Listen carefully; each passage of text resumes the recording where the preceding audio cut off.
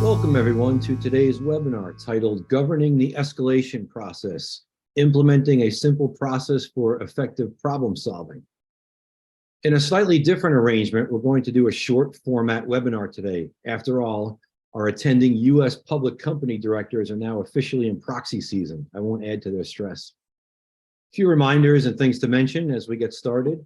First off, remember our purpose today of this webinar and lecture is to share knowledge and benefits of a clear, communicated, and governed escalation process throughout all levels of the organization. Be sure to write your questions in the Q&A section. Our goal is to answer all questions at the close of the presentation. Otherwise, we will follow up with you by email afterwards. Regarding the materials, yes, the entire webinar is being recorded, and you'll receive a link via email shortly. This link will also include the ability to view and download the presentation deck in its own separate file. And for IBDC.D certification holders, you will receive 1 CPE credit by attending. Just be sure to follow the proper CPE credit submission guidelines. I am your speaker and host for today. My name is Mark Pfister. I'm a governance and strategy expert, a non-executive director, and the chief board consultant of MA Pfister Strategy Group. I've worked with hundreds of boards in the public, private, PE and nonprofit areas. And one other quick thing to mention, one of the things I'm most proud of is being the creator and implementer of the IBDC.D certification and education program, which has a foothold globally currently in over 50 countries. So what are the goals? What are we looking to gain from your joining of today's webinar on the topic of the escalation process? These are the steps we're going to pass through today in this format. First, we're going to talk about some of the escalation trending. What are we seeing out there and what's actually happening? What are people talking about? What are they experiencing? Number two, what are these outcomes? When escalations happen in an organization, what are the cause and effect of these escalations and what happens to them? Who owns the escalation process responsibility? Number three, where does that reside? And number four, probably the most important area for today and probably the main reason you've joined today is to talk about the escalation framework. What does this look like? What can you implement from what you're going to see today in your environment to make it better, to make it flow, to make the process better, to make the outcomes better, and prevent some of these escalations from moving up different channels or escalating too far in your organization? And then we'll just touch on some summary points of the topics of discussion for today. All right. Let's start out in the trending area simply on the definition of the word escalation. We all know what this is. The more formal aspect of this can be seen for today's purposes in number 1 and number 3 of the definition. So an escalation is an increase or rise, especially one to counteract a perceived discrepancy. This is truly what we're seeing and how we would describe this in organizations where something cannot be solved or it's outside someone's parameters and has to be escalated to a different level for solutioning. And what are we seeing with this trending? Well, there's a few things out there, and there's no formal study that we were able to find on this, but I can tell you with the boards that we work with, what are we seeing out there over the last few years? And there's 3 things that really stand out to us in this observation or these observationally concluded outcomes that we're talking about here. Number 1 is the total number of issues believed to require escalation has noticeably increased as claimed by organization officers. So we're noticing this ourselves in our consulting and advisory roles, but we're also seeing this as a main point of contention and question and solution area by officers of organizations. Number 2, an increasing number of management level leaders feel less empowered to make decisions preventing escalations, meaning that they don't feel that they have the power themselves within their parameters to make a decision in order to not escalate it to their superiors. And a much larger number of operations level escalations are reaching the boardroom. This is a given. We see this through multiple areas, not just the time increases that are required in boardrooms, but also the level and the tactical level of discussions, we'll say, that boards are talking about today. And this is a big problem. We want to make sure we get back to the governance and strategy level of discussions in boardrooms, not necessarily these operation level escalations that should be able to be solved at their point of origin. Now, we're also seeing and we understand that some of the best organizations possess the qualities to quickly overcome obstacles. And when I say qualities, I'm really talking about processes and procedures. And for obstacles, we should really view obstacles when we talk about them in terms of organizations as threats. And these are the negative risk threats that organizations face. Anything that's being escalated can typically, and for a high percentage of instances, be viewed as negative threat obstacles that are being perceived or experienced by that organization. And the organizations that are able to identify these early and understand and have the entire organization understand what an escalation process would be for this if required are much further ahead of the curve. And we'll talk about some of these areas that they focus in doing so. Now, many organizations, this is why it matters. Many organizations are not aware of the actual expense it requires to quickly mitigate and overcome escalations. Let's talk about what some of these are and questions we should ask ourselves in our organizations. How many of the organization's resources were used to correct the problem? Who else did we engage in this? Which of these resources were pulled from their existing duties? You can start to see in these descriptions of the effectiveness and the efficiency of organizations when they're operating in such a way where escalations can get the best of the processes and the procedures and the focus of an organization. What other important delivery deadlines were possibly affected or distracted in the process? If you're pulling people from other areas to help in an escalation, they're obviously not doing the roles that they're there for to begin with. In terms of leadership, how many leaders in outside departments had to get involved? Did this spill over into other areas based on the breadth of the escalation? And lastly, and very importantly as well, what were the optics internally and possibly externally to the organization? We have to think of every instance and the reaction to those instances as examples of the maturity of the organization and the processes and procedures of an organization. Make no mistake, in an escalation process in an organization, employees are watching internally to see how it's handled. Did leadership step in calmly and help to solution the issue?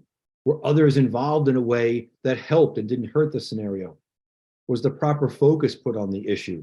These are all areas of evaluation from an internal viewpoint, and externally, we can probably think of a few other areas that are from either stakeholders or shareholders or just anybody who has a vested interest in the organization. What did they experience in your particular response to an escalation or a risk that's being realized? We have to be aware of those optics at all times. Now, also why it matters. In most scenarios, an effort is not made to measure the three important escalation evaluation points. And what do these include? I like to think of these in anything that you attempt to do, personally or professionally. You should be thinking about three parameters or three evaluation points. These happen to work quite well also as compared to escalations. Number one, budget. What was the original amount of monetary funding that was put towards the initiative? And did that change? Did it increase based on an escalation that had to be addressed? So the monetary aspect of the escalation is number one. Number two, the scope.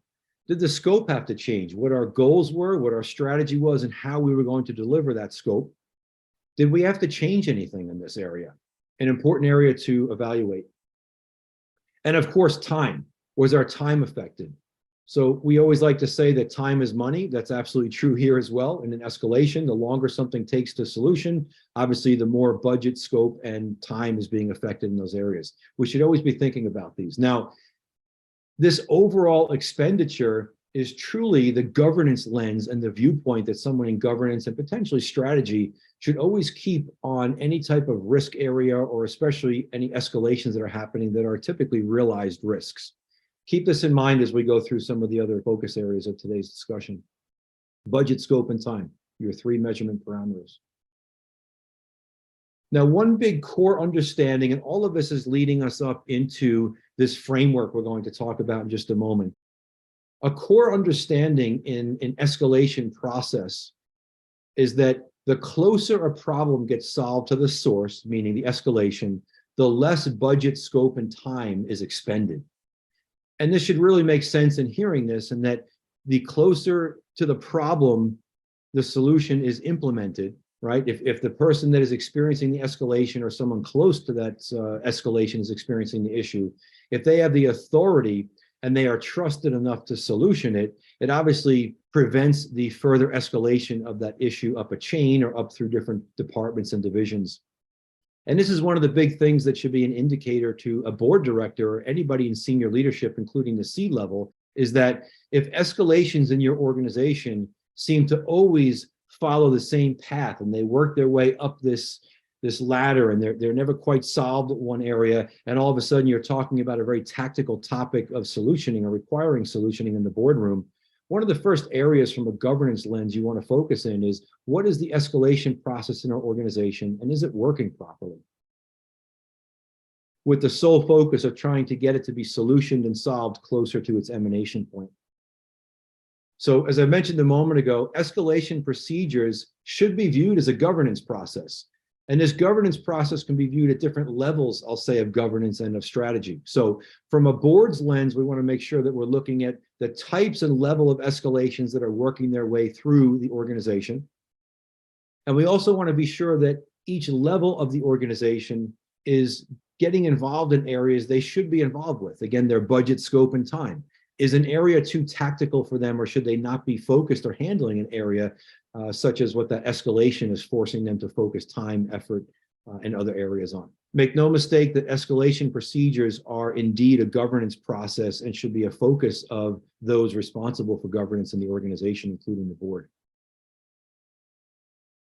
Now, if we start with just this high-level view, and for those that have been through the IBDC.D program and are certified, you've seen a much deeper breakdown of this governance framework. But when we think about governance, we have to really think about three areas or verticals inside of any framework. And this is leading us up into the framework of actually escalations, but we have to look at the governance framework first. Governance frameworks include focus areas of policies, systems, and structures. And if we use a couple of examples, and these only scratch the surface, hence the reason they're examples, and you see the plus sign at the bottom because there are more. But for our purposes today, let's think about policies as relating back to the values and the culture of the organization. The organizational processes, what's expected of those in their organization based on their roles and responsibilities. And the SOP, meaning a standard operating procedure for operations. If we look at the systems, systems include the reporting tools and defining the measurement criteria, performing reviews through that system, and any type of remediation that's required. Where does that go to? Who handles those areas? What is the flow? And the structures point back to the governance model itself. What is the reporting hierarchy? What are the recurring procedures that the framework actually is calling for? Now, these are important to think about in these three areas because this truly is the higher level umbrella that sits on top of the areas we're going to talk about now in the escalation process. All of that falls within this framework. And we could actually argue that the policy, systems, and structures are going to be seen as part of touch points on the actual escalation process. So of course, boards have deep responsibility in this area, not just at the level of the board, but also ensuring that the governance framework is actually working, that it's efficient, that it's effective throughout the entire organization. This typically is viewed through the lens or the eyes of the CEO, but boards also are sometimes forced to look beyond the CEO about what's actually happening, the boots on the ground view, as we say, throughout the organization. Escalations that reach the boardroom that are felt to be too tactical, but are still reaching the boardroom, this is typically indicative of an environment where the framework of the escalation process is not understood well, even by the CEO of the organization. Boards definitely have the responsibility to address this and will actually make their lives a lot easier in their board roles. A couple things here just to make sure that we're clear on this topic as it relates to boards. I'm not implying by any means that a board should infuse itself with a management, staff, or CEO responsibility level of an organization, but we do want to make sure that we're viewing the escalation process or lack thereof as truly a governance requirement of the organization, which in the end, the board actually owns. So an understanding of the escalation SOP, that it's working, that it's in place, and also that every member of the organization understands this will pay pretty large dividends, not just on the fact of the escalation process itself, but we're going to talk in a moment about how the escalation process forces leadership to define the parameters of budget, scope, and time for the different levels of the organization or for individual employees of the organization. And again, as I mentioned, we want to think of an escalation process through a board's lens. And the reason I say from a board's lens is because we can see the entire organization. And I hate to sound hierarchical in this comment, but the board typically is looking out and across the entire organization. So if we understand the levels, the divisions of the organization, the hierarchy that typically does exist in most organizations, the board lens is going to be at the highest, most level, looking down and across that organization. And if we understand the escalation tiers within that process, we see the full end-to-end vision of what that escalation process looks like. That's really how we want to think about this, knowing also that the board has final ownership of this. So what would they expect to happen with escalations either being reported on or discussed for solutioning in the boardroom? Now, we're going to spend a few minutes on this particular diagram. Let me first say that you as a leader decide and define the different tiers or levels of escalation in your organization. This happens to be from the lens, again, of a board's escalation process or things in the environment of how a board should look out across their environments of the different escalation tiers. So we obviously are looking at things that reach the boardroom at the top level. I'm going to discuss in a moment why board committees are listed here. The CEO is obviously listed here as kind of that gatekeeper between the operations and the governance aspect of the board. And it's important for us to consider also the management and the staff as truly understanding and working within the framework of the escalation process. So let me touch first on this comment I made a moment ago about board committees. Many would think that a best practice would be that any escalations that pass through the CEO would then enter the entire board of directors. Everybody on that board would then receive that escalation all at the same time. That is actually not a best practice, and some are surprised to see that an escalation is entering the board committee prior to the overall board, but it's a best practice for two reasons. One, a properly constructed board committee should have the expertise and experience to be able to directly address an issue without involving the entire board from the start. There are, of course, instances that warrant the full board's input and vote. However, most escalations reaching board level can easily be addressed by the pertinent committee and then be communicated even through reporting to the remaining board members. The point of this is not to be, as they say, the 5-year-old soccer team. No offense to 5-year-old soccer teams, but most 5-year-old soccer teams, wherever the ball goes on the court, the whole team chases that ball around. We don't want the board operating in that particular approach or mentality.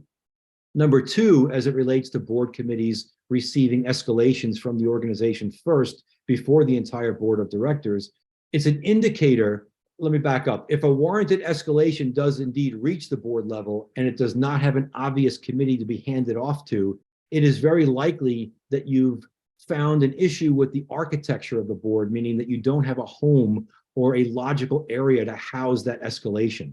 This can typically point out a board that's not architected properly because it does not have a committee where that issue or that escalation would logically fit. This is typically the catalyst for a board to go back and look at how it's structured, if there's any proactive, what we call board architecture, that could be applied to this to make sure that escalations do have a home instead of the entire board having to address escalations that do reach the boardroom. So we highly recommend, or I highly recommend as well, as a best practice, that the escalation process is understood from the CEO's potential escalation, that it does not enter the full board of directors, but hits the board, the likely and most relevant board committee for that issue first.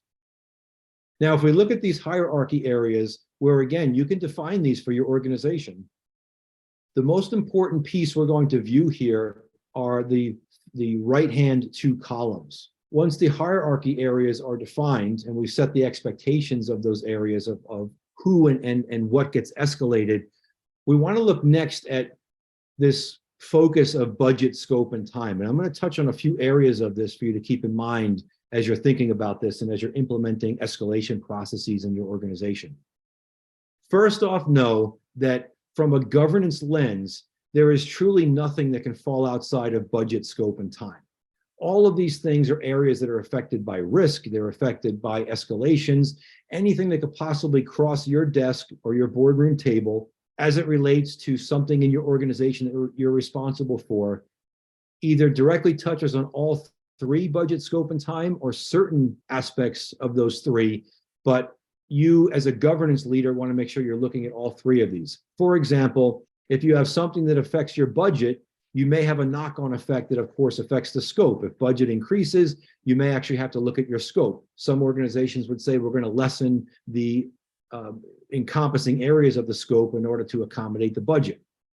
Some would say if the budget increased, we may need to increase our time as well to deliver, or vice versa. You see where I'm going with this. But the point of all this is that how do we make sure that every level of your organization has somewhat autonomy and feels ownership and empowerment and responsibility, and they feel included and they're respected to make decisions based on what their responsibility areas are, based on their roles and responsibilities. So at the management or the employee level or staff level of an organization, what's one area or the first stopgap that a great governance environment would look at would say, have we properly defined the parameters for that particular area of responsibility or title? Have we defined the budget, scope, and time for that individual or that division of the organization to make their autonomous decisions, as long as they are not outside the parameters of the allocated budget, scope, and time? This truly, when an organization is understanding of what they have autonomy over within their budget, scope, and time, this alone can eliminate the actual even thought of an escalation. A good example of this is that if you know a project manager in your organization has a certain budget and you've allowed for 10% contingency on that budget, well, if that project manager is experiencing an overage of 2%, they know that they have the autonomy and the decision-making power to okay that. It does not require an escalation. They're still within their 10% overall of their contingency on their budget. They can make that decision. And this is true of any level of an organization as we compare it back to budget, scope, and time. So think about this as not just a framework, but also the direct correlation to the values and the culture of your organization in driving for ownership and responsibility and empowerment of those throughout the organization to make decisions that they are responsible for and that fall within their purview.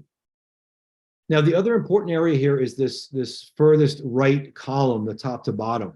And you'll see here that another area of organizations that you want to make sure is taught and is entrained in the organization is that an escalation is not a handoff, meaning that if somebody in the organization at a certain level reaches an impasse or what they believe to be an impasse, is it acceptable to them to simply turn that over to somebody else as part of an escalation and wipe their hands clean of it and move on to something else?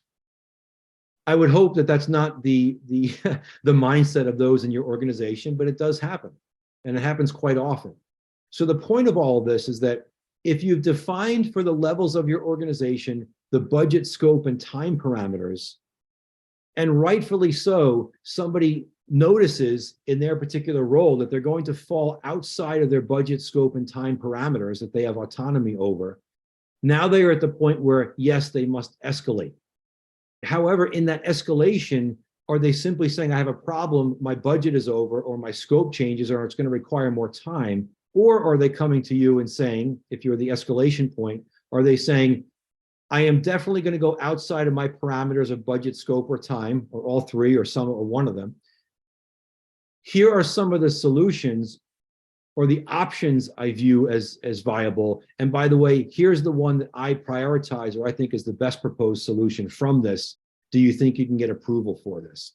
That's the type of approach you want to create in your environment as a leader, and you're simultaneously driving the governance model by living what you preach.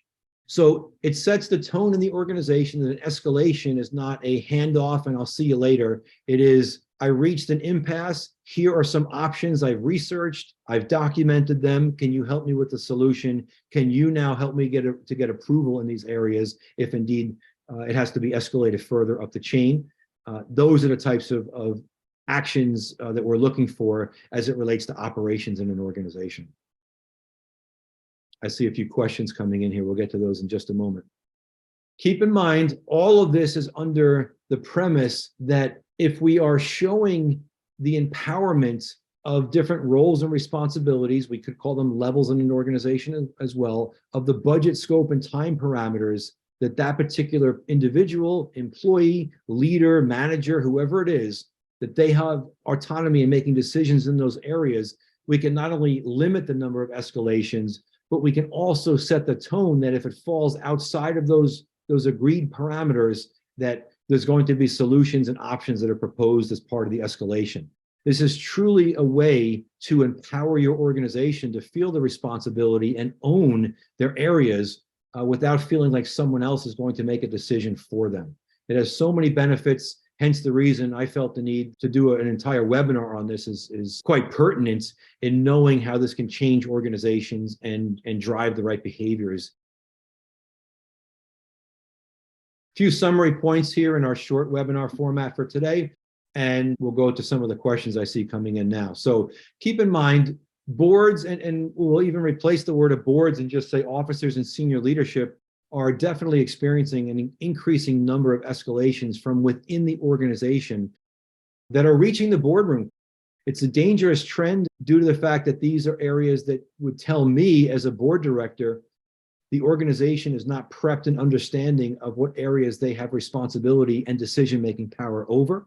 And I would also question the culture of the organization if it was acceptable to escalate things that should be able to be solved in that particular region where it emanated from, or one level above it.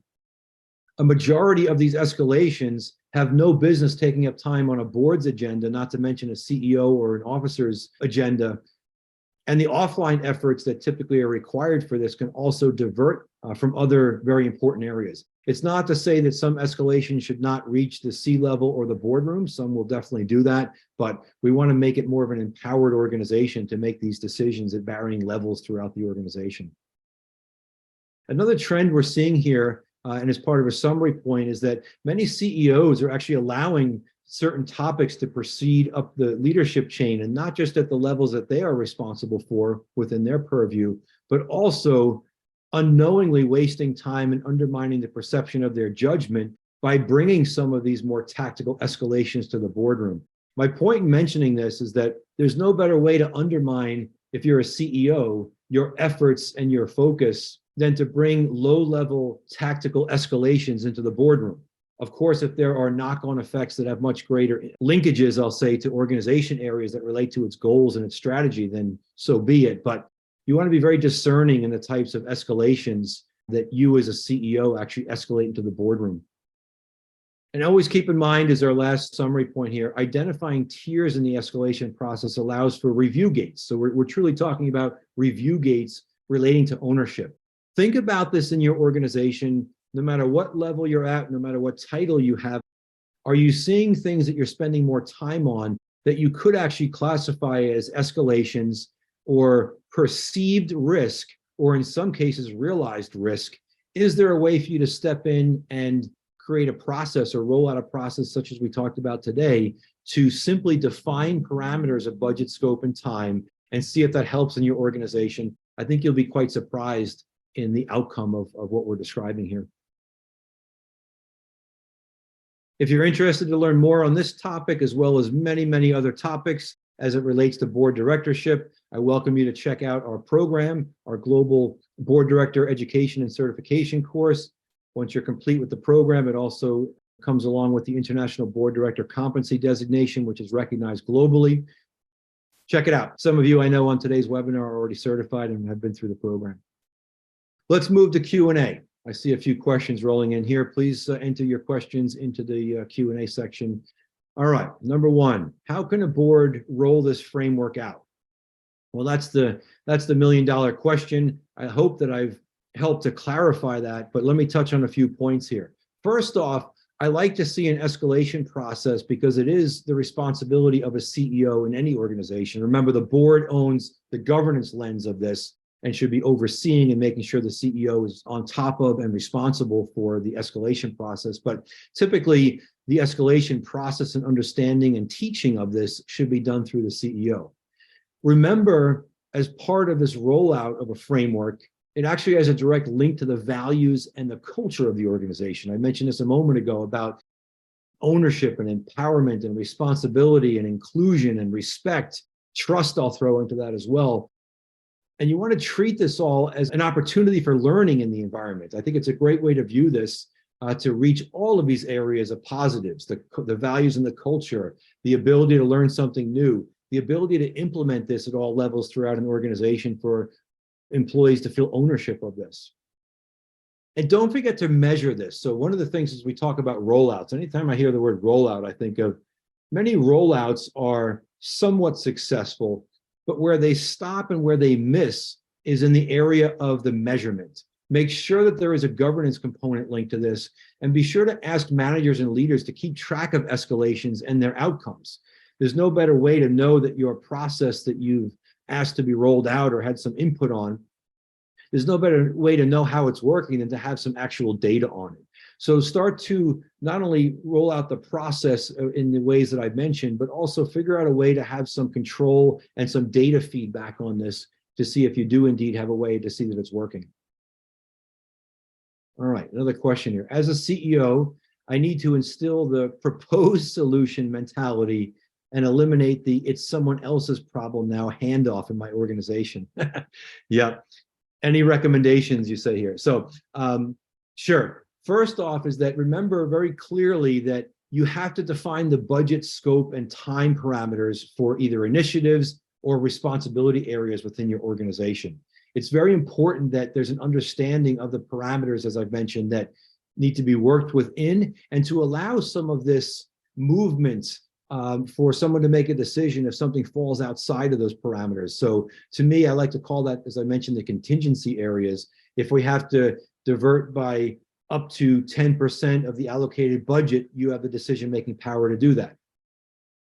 If you have to divert on scope areas, these areas of the scope of what we're going to deliver are non-negotiable. These areas can be tweaked slightly. Use your judgment in your position to make those decisions.